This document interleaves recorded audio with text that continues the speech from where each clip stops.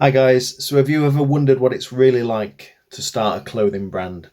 Well, I thought I'd give you a brief insight into what it's really like. There's an awful lot of videos on YouTube that talk about what it's like and how to start a clothing brand, and a lot of them are very valuable.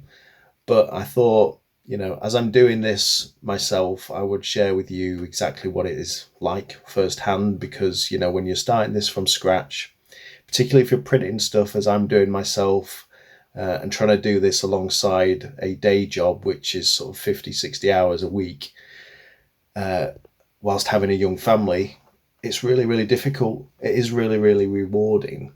But there are times when you question what you're doing. And probably to this evening is one of those moments.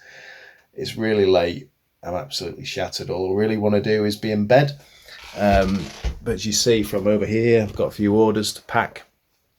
So it's a reprint that I've done on a beard on the bike design. So I've got a tee and a hoodie going out here to one gentleman, and then 4 tees and a hoodie going out to a friend of mine that I've met through Instagram. I'm printing this design on his behalf. I'm going to be packing these into boxes that I've screen printed myself, which you can see. So there's probably half an hour or so to do here before I pack up. As you can see here, the desk is very busy. This is my desk for during the day, my day job, but also where I hand sew in woven labels, which you can see on the t-shirts here. I do print a little logo on the sleeve there, and then I put a woven label in the case of the t-shirts onto the bottom hem. There is another video on the channel if you'd like to see how I do that. In the case of the hoodies and the sweatshirts, I unpick the seam and put in a woven label down the side there, which I really like. It's a nice touch, and just allows me to add a bit more value versus just selling a standard t-shirt. So I thought I'd give you an idea of what it's like.